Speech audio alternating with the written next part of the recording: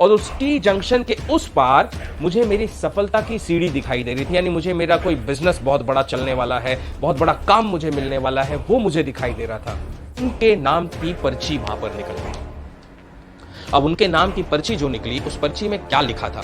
अब आप कहोगे जैसे बागेश्वर धाम सरकार पर्ची निकालते हैं लोगों की और बता देते हैं कि तुम्हारे क्या कष्ट है, क्या होने वाला है, तो कुछ उसी प्रकार की पर्ची मैंने स्वप्न में देखी जो भगवान ने निकाली। और देखता हूं तो उस पर्ची के ऊपर लिखा हुआ था, चारों तरफ मांस के लोथड़े लोथड़े पड़े हुए हैं। किसी का हाथ कटा हुआ है, किसी का पैर कटा हुआ है, कोई सर कटा हुआ है, कोई बॉडी जो है एकदम चीर फाड़ करके एकदम पड़ी हुई है। मतलब मैं देखकर एकदम भयभीत हो गया।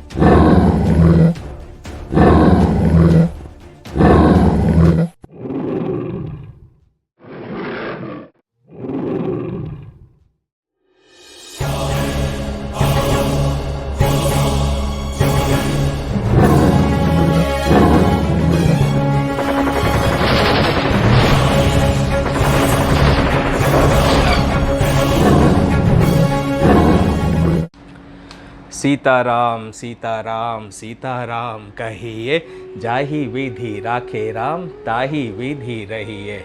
जय श्री राम। आज जो घटना आपको बताने जा रहा हूँ, सत्य घटना। बस इस बात को ध्यान में रखिएगा कि जब भी आपको कोई घटना बताऊंगा, वो सत्य घटना बताऊंगा, मेरे जीवन से जुड़ी या भक्तों के जीवन से जुड़ी, जो प्रभु के भक्त हैं उनके जीवनों से जुड़ी हुई कथा या भगवान की लीला जो सत्य में इस समय कलयुग में हो रही है, वो ही आपको बताऊंगा। तो ये जो घटना बताने जा रहा हूँ, ये आज से 3 दिन पहले, मतलब आज के दिन को आप पकड़ लीजिए, शुक्रवार, शनिवार, रविवार और आज सोमवार है, आज चौथा दिन है। तो आज से 3 दिन पहले और आज का दिन, ये 4 दिनों में ये घटना घटी। अब ये कैसे घटी कि कल रविवार का दिन था और संडे जनरली क्या होता है, 20 अप्रैल 2025, तो संडे के दिन कोई ना कोई भक्त जुड़ जाते हैं फ़ोन के ऊपर। किसी को कोई प्रॉब्लम होती है, भगवान के भक्त हैं, लेकिन कहीं ना कहीं तो हम सबको दुविधा होती है। हमें जिस किसी से भी जो ज्ञान मिल सके, जो राह मिल सके, वो हमें लेना चाहिए। तो ऐसे ही एक प्रिय भक्त हैं, वो जुड़ गए और उन्होंने मुझे बताया कि उन्होंने शुक्रवार को और शनिवार को, यानी कि 18 अप्रैल और 19 अप्रैल, इन 2 दिनों में 2 स्वप्न देखे। तो मैंने कहा कि हाँ ठीक है, बताइए। कई बार ऐसा होता है कि स्वप्न आल जंजाल होते हैं, जो दिन भर में आप क्रिया कर रहे हो, कार्य कर रहे हो, उन सारे क्रियाकलापों का पूरा एक पिक्चर इमेज बन जाता है, एक वर्ल्ड क्रिएट हो जाता है और स्वप्न में देख लेते हैं। तो वो भी मैं बता देता हूँ कि भाई ये आल जंजाल है, इसको इग्नोर करिए और नाम जाप में लगे रही है। और कई बार प्रभु कोई ना कोई संदेश देते हैं। तो इन्होंने शुक्रवार के दिन देखा सवेरे सवेरे कि ये अपनी पत्नी के साथ, अपनी माताजी के साथ में एक कमरे में बैठे हैं और चाय बनाने के लिए नौकर को कह दिया। अब नौकर ने चाय बनाकर लाने में कुछ देरी कर दी तो इन्हें थोड़ा सा क्रोध आ गया और इन्होंने क्रोध में नौकर से कहा कि इतनी देर लगती है कोई चाय बनाने में, जल्दी नहीं ला सकते हो? ध्यानपूर्वक हर एक बात को सुनिएगा तो आपको समझ में आएगा कि कहाँ से कहाँ कैसे ये स्वप्न जुड़ रहा है। तो नौकर ने पलट कर जवाब दे दिया इनको। अब जब पलट कर नौकर ने जवाब दे दिया तो इनकी पत्नी को भी गुस्सा आ गया और पत्नी ने क्रोध में आके नौकर को कहा, इस तरह से मालिक से बात करते हैं? ये कोई तरीका हुआ बात करने का तुम्हारा? ये ढंग का तरीका नहीं है। नहीं करना है काम तो नहीं करो, जाओ जाके छोड़ दो। बस इतना स्वप्न देखा और वहीं पर स्वप्न टूट गया इनका। अब ना तो इनके घर में कोई नौकर है जो काम करे, ये तो स्वयं अपना सारा कार्य करते हैं, सब कुछ करते हैं। तो इन्होंने कहा, प्रभु जी ये बताइए कि इस स्वप्न का क्या अर्थ है? मैंने कहा ये तो हम बाद में देखेंगे, पहले आपने दूसरा स्वप्न अगले दिन जो देखा, शनिवार 19 अप्रैल 2025 को, वो स्वप्न बताइए। तो उन्होंने कहा हाँ वो तो बड़ा भारी स्वप्न था। तो मैंने कहा ठीक है बताइए। तो उस स्वप्न में ऐसा हुआ कि मैं एक गाँव जैसे इलाके में मैंने अपने आप को देखा। एक बड़ा गाँव था और गांव का माहौल, वातावरण वैसा ही था और उस वातावरण में मैंने अपने आप को देखा और मैंने देखा कि मैं उस गांव से बाहर निकल रहा हूं। मैंने कहा कि यानी जैसे शहर से कोई दूसरे शहर चला जाएगा, गांव से जैसे, बोले हाँ ठीक वैसे ही मैं गांव से बाहर निकल रहा था और सामने मुझे एक टी जंक्शन दिखाई दे रहा था और उस टी जंक्शन के उस पार मुझे मेरी सफलता की सीढ़ी दिखाई दे रही थी। यानी मुझे मेरा कोई बिजनेस बहुत बड़ा चलने वाला है, बहुत बड़ा काम मुझे मिलने वाला है, वो मुझे दिखाई दे रहा था। मैंने कहा अच्छा, तो इस स्वप्न को सुनना ध्यानपूर्वक है, बहुत ज़रूरी है, क्योंकि इसके हर एक कण कण में कहीं ना कहीं कोई संदेश छुपा होगा। तो मैंने कहा बताइए। तो उन्होंने कहा तो मैं टी जंक्शन पे ऐसे बढ़ते जा रहा था क्योंकि मुझे सफलता की सीढ़ी दिख रही है। अब जहाँ पर मुझे सफलता दिखाई दे रही है मैं उस राह पर चलूंगा ना, क्योंकि वहाँ पर मुझे आगे जाकर शोहरत, रुतबा, नाम सब कुछ मिलेगा, प्राप्त होगा। मैंने कहा हाँ ठीक है चलिए। तो बोले मैं चलता गया। जैसे ही मैं टी जंक्शन के निकट पहुँचा तो वहाँ का वातावरण, वहाँ का माहौल देखकर मैं एकदम दंग रह गया। मैंने कहा अच्छा क्या हुआ? तो बोले वहां पर मैंने देखा कि एक बहुत ही बड़ा खूंखार शेर, द फेरोशियस लायन मैं बोल सकता हूं उसको, एकदम फेरोशियस, एकदम हट्टा कट्टा तगड़ा और एकदम खूंखार शेर। उसकी दाढ़ें सारी के सारे खून से लिबालब भरी हुई हैं, मुख भी खून से भरा हुआ है, पंजे सारे नाखून खून से भरे हुए हैं और चारों तरफ मांस के लोथड़े लोथड़े पड़े हुए हैं। किसी का हाथ कटा हुआ है, किसी का पैर कटा हुआ है, कोई सर कटा हुआ है, कोई बॉडी जो है एकदम चीर फाड़ करके एकदम पड़ी हुई है। मतलब मैं देखकर एकदम भयभीत हो गया उस सीन को। और वो शेर जो है वो उन सारे मांस के लोथड़ों को लोगों को खाए जा रहा था। मैंने कहा अच्छा फिर क्या हुआ? तो बोले मैं सोचूं कि अब मैं इस तरफ हूं, मेरी सफलता की सीढ़ी उस तरफ है, सामने दिखाई दे रही है, लेकिन बीच में ये वातावरण डरावना और ये शेर, इतना बड़ा खूंखार शेर बीच में खड़ा है, तो मैं कैसे जाऊं? जाना तो है मुझे वहां पर, लेकिन इस शेर को पार करके कैसे जाऊं? ये तो बड़ा खूंखार शेर है। फिर भी मैंने हिम्मत की और हिम्मत करके मैंने 2 कदम आगे बढ़ाए तो उस शेर ने अचानक से अपना मुंह ऊपर उठाया और जैसे ही मेरी तरफ देखने को हुआ तो वैसे ही एक दूसरा शेर जो है वो मेरे सफलता की सीढ़ी और मेरे और उस शेर के बीच में आ गया, दूसरा शेर, ताकि वो जो खूंखार शेर है वो मुझे देख ना सके। और ये जो शेर आ गया दूसरा, ये शेर आकर इसने ऐसे मेरी तरफ देखा और ऐसे देखकर मुझसे कहा कि अपने दोनों पंजे उठाकर, मैं भी दंग रह गया कि ये शेर है कि इंसान है जो ऐसे दोनों पंजे उठाकर कह रहा है जाओ वापस लौट जाओ। तो मैंने कहा कि नहीं नहीं, अरे मेरी सफलता की सीढ़ी सामने दिखाई दे रही है, मैं कैसे वापस लौट जाऊं, मुझे तो वहां जाना है, जरूरी है वहां पर जाना।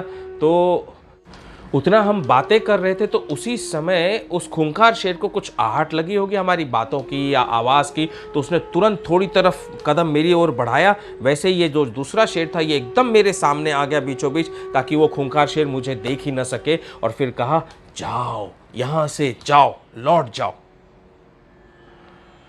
तो बोले मैंने उनके आगे हाथ जोड़ा और हाथ जोड़कर मुझे ऐसा प्रतीत हुआ कि वो जो दूसरे शेर हैं वो हो ना हो हनुमान जी हैं, जो मेरी उस खूंखार शेर से रक्षा करने की कोशिश कर रहे हैं और कह रहे हैं तुम जाओ यहाँ से।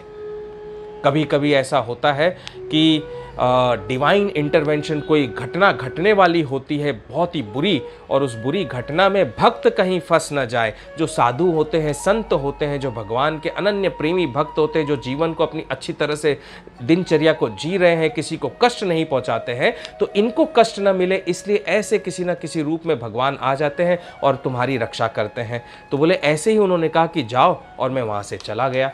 तो मैं लौट आया तो अब गुरुजी देखो, सफलता की सीढ़ी तो नहीं जा पाया। ये दोनों स्वप्न का क्या अर्थ है मेरे तो समझ में नहीं आ रहा है। तो मैंने कहा भाई देखो, शेर जो होता है वो धर्म का प्रतीक होता है। हम देखते हैं जनरली अशोका चक्र में भी शेर बना हुआ है, सिंह बना हुआ है। तो संसारिक वार्तालाप से देखें तो धर्म का प्रतीक, लेकिन ऐसे गौ माता को भी हम धर्म का सबसे बड़ा प्रतीक मानते हैं। और गौ के लिए कहा गया है, गौ माता के लिए, कि उनके 4 पैर थे जब सतयुग था, त्रेता युग में 3 पैर हुए, द्वापर में 2 पैर हुए और कलयुग में केवल 1 ही पैर रह गया है। तो धर्म घटता जाता है, अधर्म बढ़ता जाता है। तो इस दोनों स्वप्न को सुनकर मैंने खूब गौर फरमाया। मैंने कहा भाई अभी तो मैं आपको जवाब इसका दे नहीं सकता हूँ, क्योंकि इस पे गहन विचार करना पड़ेगा और शायद हो सकता है कि प्रभु कोई कृपा ऐसी कर दे मेरे कृष्ण कि वो कहीं ना कहीं जुड़ जाए और जुड़कर आपके ये जो शंका है, ये जो स्वप्न है, इसका समाधान आपको दे दे। कहीं ना कहीं तो कोई बहुत बड़ा मैसेज है जो वो देना चाहते हैं आपको। तो देखते हैं क्या होता है। अब ये बातें हमारी रविवार यानी 20 अप्रैल 2025 के दिन शाम को करीब 5 बजे के करीब हुई ये बातें। अब इतनी बात होने के बाद में मैं अपने राम नाम में रह गया। सीताराम सीताराम सीताराम कहिए, जाहि विधि रखे राम ताहि विधि रहिए। मुख में हो राम नाम राम सेवा हाथ में, तू अकेला नहीं प्यारे राम तेरे साथ में। सीताराम सीताराम सीताराम कहिए, जाहि विधि राखे राम ताहि विधि रहिए। ऐसे राम नाम में डूबा रहता हूँ हमेशा, और ऐसे हर इंसान को अपने नाम जाप में डूबे रहना चाहिए ताकि नेगेटिव एनर्जीज आपके पास ना आए। तो ऐसे जाप करते करते मैं रात्रि को करीब करीब 3 बजे के करीब सो गया। अब रात्रि को 3 बजे मैं सोया, गहरी निद्रा में करीब 4 साढ़े 4 बजे पहुंचा होगा, और 5 बजे सुबह सुबह आज यानी 21 अप्रैल 2025 को आज सुबह सुबह 5 बजे मैंने देखा कि मैं जो है एक ऐसे स्थान पर पहुंच गया जो रेलवे स्टेशन के पास का स्थान था। और रेलवे स्टेशन के पास में जैसे बस डिपो होता है, तो ऐसा बस डिपो का स्थान था, और अंधकार का समय था, यानी रात्रि का समय था। ऐसे समय में मैं पहुंच गया स्वप्न में। अब आप समझिए, स्वप्न में मैंने आपको पहले भी कई बार कहा है कि हमारा जो चित्त होता है ना, कॉन्शियसनेस, वो ट्रैवल कर सकता है। जब हम डीप मेडिटेशन में चले जाते हैं, भगवान से कनेक्ट हो जाते हैं, भगवान के एकदम निकट आ जाते हैं, तो हमारा चित्त ट्रैवल करने लगता है। कई बार माया का जाल भी होता है, तो इसे समझना बहुत ज़रूरी है। लेकिन अक्सर भगवान बुला लेते हैं, या भगवान को संदेश देना होता है, वो बताते हैं। कई बार नेगेटिव एनर्जीज आ जाती हैं आपके साथ लड़ने के लिए, तो वहाँ पर भी प्रभु का जो नाम जाप है वो रक्षा करता है। तो ऐसे ही मेरा चित्त, या आप बोल लीजिए मेरी आत्मा जो है, उस स्वप्न की दुनिया में, उस रियल में पहुँच गई, एक अलग दुनिया में पहुँच गई, जहाँ पर अंधकार का समय था, रात्रि का समय, रेलवे स्टेशन के पास था मैं, और बस डिपो था, और कई लोग बसों में चढ़ रहे थे, उतर रहे थे। ऐसे बहुत भीड़ भाड़ का एरिया था। उतने में मैं वहाँ देखता हूँ तो एक छोटा सा शेर का बच्चा वहाँ पर था, और वो सारे लोगों को देख रहा था, एकदम ऐसे घूरे जा रहा था, छोटा सा शेर का बच्चा। तो मैंने देखा, मैंने कहा अरे भाई, ये बच्चा तो अबोध है, बालक है, इसे तो कोई ज्ञान ही नहीं है, ये तो सबके ऊपर झपट्टा मार लेगा। अभी तो इसके नखून नहीं निकले हैं इतने तेज, दांत नहीं निकले हैं इतने तेज, लेकिन ये झपट्टा मारे तो चोट तो लोगों को लग सकती है, लोगों में हड़कंप मच जाएगा, तो इसे पकड़ना बहुत ज़रूरी है। तो मैं तुरंत की तुरंत लपका उस शेर के बच्चे के पास में, और उसको एकदम से ऐसे पकड़ लिया अपने हाथ में। ऐसे जैसे ही हाथ में पकड़ा तो वो एकदम मचलने लग गया, हिल हिल कर के छुट के भागे। तो मैंने बोला ये तो पकड़ना पड़ेगा, लेकिन पकड़ा जा नहीं रहा था, फिसले जा रहा था। तो पास ही में एक ब्राउन कलर की जो घोनी होती है ना, जिसमें अनाज वगैरह भरा जाता है, तो वो घोनी दिखाई दी मुझे। वो घोनी मैंने उठाई एक हाथ से, एक हाथ में इसको पकड़े और घोनी में ऐसे इसको लपेटा, और लपेट के इसको जोर से पकड़ा, तब भी ये छूटकर भागने की कोशिश कर रहा था। तो मैंने कहा यार, ये तो समझ ही नहीं रहा है, ये तो छूट कर भागने की कोशिश कर रहा है। मैं इसे थामे जा रहा हूं कि भाई कोई गलती मत कर, कोई गलती ना हो जाए इसके हाथ से, किसी को झपट्टा मार देगा, किसी को गिरा पड़ा देगा, तो लोग भी तो चुप नहीं बैठेंगे ना, इसको भी तो पलट कर मार करेंगे। तो इसकी रक्षा करनी है मुझे, तो मैं इसे पकड़ रहा हूँ और ये भागे जा रहा है। तो वो कोशिश कर रहा था, तो मैंने एकदम से वहाँ एक रस्सी मिली, उस रस्सी से उसके पेट के सहारे बांधा उसको, शेर को। लेकिन जैसे रस्सी पेट के ओर बांधता, वो रस्सी जाकर सीधे गले के पास पहुँच जाती उसके, और गला ऐसे रौंदने लगती। तो मैंने तुरंत रस्सी खींची, फिर पेट के पास बांधा, फिर गले के पास पहुंच जाती। तब मैंने कहा भाई अब ये क्या करूं, इसको रस्सी से तो बांध नहीं सकता हूं इतना टाइट, क्योंकि ये तो इसके गले में चली जाएगी तो ये जी ही नहीं पाएगा, मर जाएगा। और अगर इसे छोड़ दूं खुला, तो ये तो मतलब कहीं ना कहीं कोई गलत कर्म कर बैठेगा और फिर सज़ा उसकी पाएगा। तो ऐसा जब सोच विचार कर रहा था, तो उतने में मुझे ध्यान में आया कि वो जो मैं स्वप्न में दिख रहा था मुझे, वो मैं नहीं हूँ, वो साक्षात भगवान श्री कृष्ण थे मेरे रूप में। और मैं कहीं और से, मतलब किसी और माध्यम से, इनविजिबल माध्यम से जो है ना, वहाँ पर देख रहा था ये सारी घटना होते हुए। तो मैं चौंक गया, अरे देखो, भगवान के सामने भी तो ये चैलेंज आता है इसी प्रकार का। भगवान जो है वो अपने भक्तों को, अपने हर जीव को, उनके हर क्रिएशन को हर प्रकार से रक्षा करने की कोशिश करते हैं। बात बात पर वो राह बताते हैं कि भाई यहाँ पर रुक जाओ, ये मार्ग मत अपनाओ, ये मार्ग पर मत चलो, ये अधर्म का मार्ग है, ये पाप कर मत करो, क्योंकि ये पाप करोगे तो तुम्हें ये सजा मिल जाएगी। ठीक उसी प्रकार जैसे कि मैं अपने आप को देख रहा था, जो कि भगवान श्री कृष्ण थे शेर को, बच्चे को पकड़े हुए, कि बच्चे को रोक रहे थे वो कि तू मत जा, तू जाएगा तो झपट्टा मारेगा, तेरा कर्म बन जाएगा और लोग तुझे मारेंगे तो तुझे चोट लग जाएगी। तो भगवान के सामने भी ऐसी चैलेंज आती है, भाई अब इसको पकड़ूं, भक्त को पकड़ के रखूं ताकि ये गलत काम न करे, लेकिन जरूरत से ज्यादा भी रस्सी खींच नहीं सकते हैं। अब जरूरत से ज्यादा भगवान ने अगर रस्सी टाइट खींच दी तो जीव जी नहीं पाएगा। तो प्रभु को कभी कभी जीव को थोड़ा सा खुला छोड़ना पड़ता है कि ठीक है, इसे चलने दो अपने मार्ग पर, आगे जाके इसे धीरे धीरे संभाल लूंगा। ठीक वैसे ही जैसे मैंने उस समय शेर को अपने गोद में ऐसे पकड़ के रखा, बाह में बांधना नहीं, बांधना छोड़ दिया और केवल पकड़ के रखा कि इससे कोई गलत काम ना हो जाए और ये जी भी सके, इस तरह से इसको पकड़ के रखो। अब इतना मेरा सोचना था और सोचते सोचते मैं देखता हूं तो शेर का बच्चा बड़ा बड़ा बड़ा बड़ा बनने लग गया और बड़ा होते 2 मिनट के अंदर मतलब जो है ना, वो शेर का बच्चा एकदम खूंखार शेर में परिवर्तित हो गया। इतने बड़े बड़े नाखून आ गए उसके, इतने बड़े बड़े नाखून कि पूछो मत। ये कथा तो बच्चों को भी सुननी चाहिए। बड़े बड़े नाखून, बड़े बड़े दांत, ऊपर से 2 दांत, नीचे से 2 दांत, एकदम फैंग्स जैसे होते ना, शार्प टीथ उसके शेर के आ गए। और जैसे वो आ गए तो उसकी ताकत बढ़ गई। अब उसकी ताकत बढ़ गई तो जो मैं हूं, मतलब भगवान श्री कृष्ण जो है वहां पर मेरे रूप में, वो उसको पकड़ने में एकदम असमंजस हो रहा था क्योंकि उसकी ताकत बहुत ज़्यादा बढ़ गई। अब स्वप्न में मैं अपने आप को देख रहा हूं तो मुझे ऐसा महसूस हो रहा था साथ साथ कि मैं उसे पकड़ नहीं पा रहा हूं शेर को। और ये वो ही खूंखार शेर था जिस खूंखार शेर को मेरे प्रियतम भक्त ने, भगवान के जो भक्त हैं, मेरे साथी हैं, उन्होंने अपने स्वप्न में शनिवार के दिन देखा था। अब मैं घटना को और करीब से देखने लगा, नज़दीक से समझने लगा कि ये तो वही शेर है जो शेर सारे लोगों को खाए जा रहा था, काट रहा था, मार रहा था, सबको सब कुछ कर रहा था। तो जैसे ही मुझे वो ख्याल आया स्वप्न में और मैं देख रहा हूँ अपने आप को शेर को पकड़े हुए, वो शेर ने अपने नाखून निकाले और यूं झपट्टा मारा मेरे ऊपर, ऐसे झपट्टा मारा, दांत से खरोच दिया पूरे हाथ को। तो मेरे रूप में जो भगवान कृष्ण थे उनको बड़ा क्रोध आया। उनको जैसे ही क्रोध आया तो उन्होंने जोरदार एक खड़ग निकाली, जैसे दुर्गा माँ के हाथ में खड़ग होती है ना, वैसी खड़ग निकाली और खड़ग निकाल के यूं उसके दोनों हाथों के नाखूनों को काटा। भगवान ने दोनों हाथ के नाखूनों को काटा। उसके जो 4 दांत, ऊपर के 2 और नीचे के 2 फैंग्स थे एकदम तीखे नुकीले, उन चारों दांतों को भगवान ने तोड़कर बाहर निकाल दिया। और फिर जैसे ही उसके सारे नाखून काट दिए, सारे दांत उसके तोड़ दिए, तो जाकर वो शेर मिमियाने लगा और मिमिया कर चुपचाप वहां पर भगवान के चरणों में बैठ गया। अब ये सारी घटना मैंने देखी तो मुझे बहुत सारी बातें समझ में आ गई वहां पर, लेकिन फिर भी कई प्रश्न थे अंतर्मन में कि आखिर ये सारी घटना उस भक्त के साथ भगवान के और मेरे साथ आज ये क्यों हो रही है।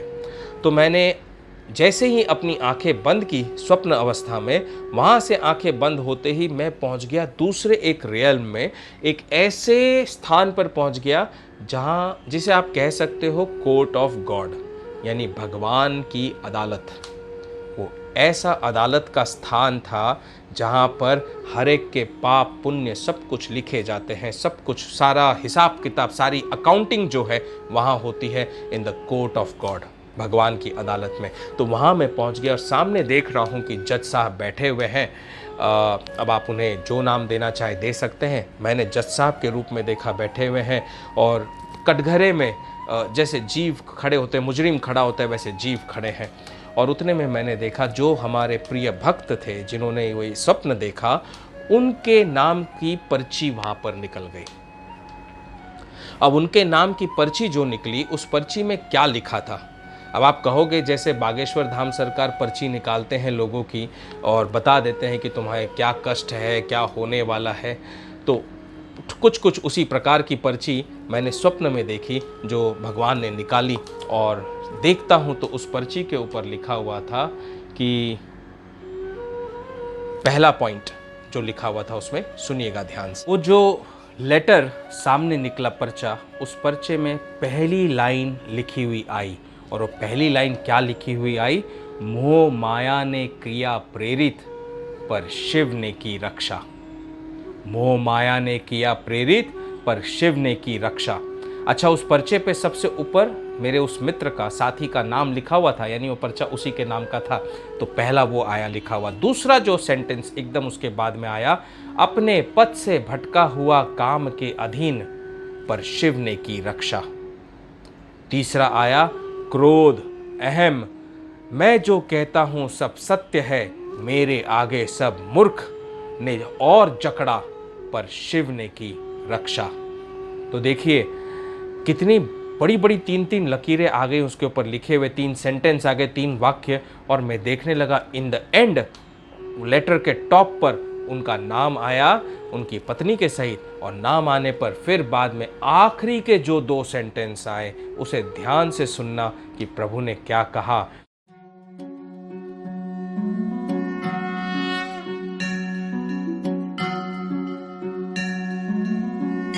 तो हमारे जीवन में उस लेटर के अंत में जो लिखा हुआ था वो वाक्य हमारे जीवन से जुड़ा हुआ है, हर जीव के जीवन से जुड़ा हुआ है। वो आखिरी वाक्य को समझना आपको बहुत ज़रूरी है। तो ये पूरी स्वप्न की घटना आपको समझ में आ जाएगी, इसका तात्पर्य समझ में आ जाएगा। उसमें लिखा हुआ उभरा हुआ आया, काम क्रोध मोह मद अहम और असंतुष्टि, यही है सबसे बड़ा खतरनाक शेर, द फेरोशियस लायन, जो कर रहा है बारंबार वार, लेकिन भक्ति है शुद्ध पवित्र, जो कर रही है रक्षा।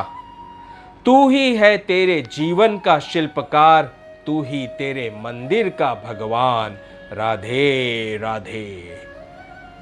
ये सेंटेंस, ये शब्द देखकर मैं इतना दंग हो गया और मुझे सारी घटना समझ में आ गई कि वो जो शेर है खूंखार, जो भगवान ने उस भक्त को दिखाया और फिर मैंने देखा, वो खूंखार शेर और कोई नहीं, वो एक्चुअली में है देह अभिमानी जीव, जो सब तरफ उथल पुथल मचा देता है, तहलका मचा देता है, दूसरों का जीवन तो बर्बाद करता ही करता है, साथ साथ अपना जीवन भी बर्बाद करता है। इसलिए प्रभु ने कहा, काम क्रोध मोह मद अहम असंतुष्टि, यही है सबसे बड़ा खतरनाक शेर, जो कर रहा है बारंबार वार।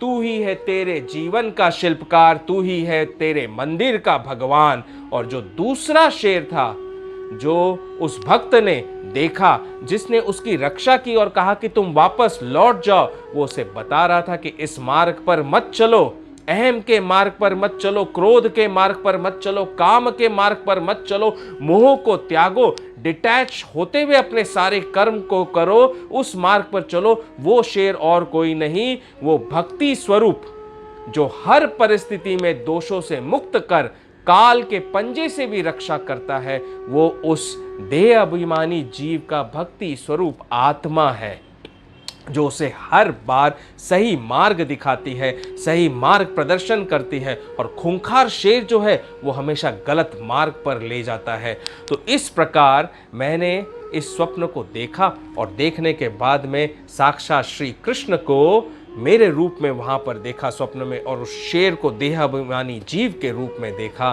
तो मैं नतमस्तक हो गया भगवान के सामने। आंखें खुली तो मुख से राधा राधा राधा राधा राधा राधा निकल रहा था, और उस भक्त के सारी शंकाओं का निवारण आज स्वप्न के माध्यम से भगवान श्री कृष्ण ने कैसी लीला अद्भुत सी रचकर दे दी। मैंने तुरंत उन भक्त को फ़ोन किया और फ़ोन कर कर उन्हें सारी घटना समझाई, तो बोले कि हाँ बात तो सही है, माया के विकार, माया का प्रभाव इतना होता है ना प्रभु का, कि हम अनजाने में भी कई गलतियां कर बैठते हैं। हमें समझ में नहीं आता है कि हम किसे कौन सी वाणी बोल रहे हैं। कहीं हमारे मुख से निकली हुई वाणी जो है वो किसी को कष्ट तो नहीं दे रही है, किसी की आंखों में अश्रु तो नहीं दे रही है। सोचिए, यदि हम ऐसे एकदम कड़वे और कड़क हो जाएं और हमारे जैसे अगर भगवान ऐसे कड़क और कड़वे हो जाए तो क्या हम जी पाएंगे? क्या हम मंदिर में जा पाएंगे? क्या हम भगवान की पूजा कर पाएंगे? नहीं कर पाएंगे। वो तो हमारी बड़ी से बड़ी गलतियों को क्षमा करने के लिए तैयार और तत्पर खड़े रहते हैं और हमें पग पग पर मार्गदर्शन करते हैं और हमारा जो रास्ता है वो बताते हैं कि इस रास्ते पे हमें चलना है। अगर गलती से किसी दूसरे रास्ते पर भी हम चले गए तब भी जो है प्रभु इतने दयालु होते हैं कि वे प्रेम से पकड़कर हमें सही मार्ग पर लेकर आते हैं।